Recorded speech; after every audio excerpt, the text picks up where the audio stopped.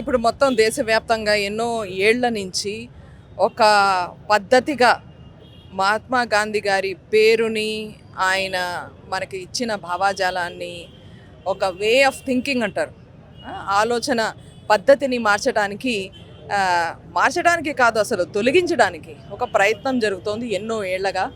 RSS BJP భావాజాలం ఉన్న వైపు నుంచి ఇదేమీ కొత్త కాదు. మన ఎప్పటి నుంచి అయినా కూడాను భారతదేశంలో ఆ ఫైటే గోడ్సే పార్టీ, గాంధీ పార్టీ మధ్యలో. మాది గాంధీ గారి పార్టీ, వాళ్ళదేమో గోడ్సే పార్టీ.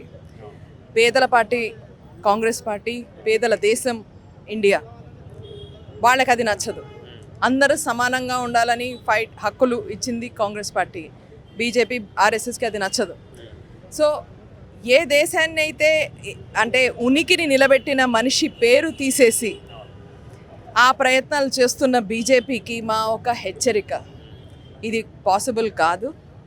ఎన్నో ప్రయత్నాలు చేయండి, ఈరోజు కాదు, క్రితం 100 ఏళ్లుగా ప్రయత్నాలు చేస్తున్నారు బీజేపీ ఆర్ఎస్ఎస్.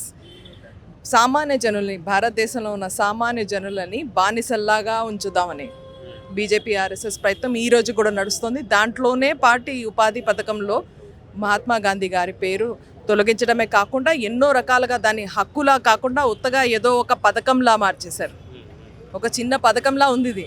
కాంగ్రెస్ పార్టీ ఉన్నప్పుడు ఉపాధి హక్కుగా మార్చింది. అలాగే రైట్ టు ఫుడ్లో ఆహారం అందరికీ చెందాలి, మంచి ఆహారం అని దాన్ని ఒక రైట్లా మార్చింది. రైట్ టు ఇన్ఫర్మేషన్, అందరికీ సమాచారం ఉండాలని దాన్ని ఒక హక్కులా మార్చింది. ఎన్నో హక్కులు ఇలాంటివి కాంగ్రెస్ పార్టీ ఇస్తే మా నేత సోనియమ్మ ఆధ్వర్యంలో, అలాగే ఆ రోజున ప్రైమ్ మినిస్టర్ మన్మోహన్ సింగ్ గారు ఉన్నప్పుడు అందరూ కలిసి ఒక 2004 నుంచి 2014 దాకా మీరు చరిత్ర చూస్తే హక్కులు ఇవ్వడం జరిగింది కాంగ్రెస్ పార్టీ. ఆ 2014 తర్వాత మోదీ సర్కార్ వచ్చినప్పుడు ఒక్కొక్క హక్కుని తీసేసుకుంటున్నారు.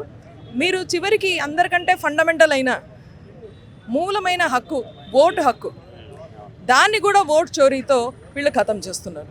సో ఇది బీజేపీ ఆర్ఎస్ఎస్ భావాజాలం, వాళ్ళ పద్ధతి, ఒక ఆలోచనతో వాళ్ళు ముందరకెళ్తున్నారు దేశానికి విరుద్ధంగా. కాంగ్రెస్ ఈ రోజున మేము సమర్పించుకుంటున్నాం మా ఆలోచనని, మహాత్మా గాంధీ గారి చూపించిన ఆ ఇన్స్పిరేషన్ కానీ, ఆయన చూపించిన బాట మీద నడుస్తూ మళ్ళీ ఖచ్చితంగా ఈ పని అవ్వకుండా మన ఉనికిని దెబ్బతీసే ఈ బీజేపీ ఆర్ఎస్ఎస్ భావజాలానికి విరుద్ధంగా మహాత్మా గాంధీ గారు చూపించిన బాట మీద నడుస్తూ ఫైట్ చేస్తాం.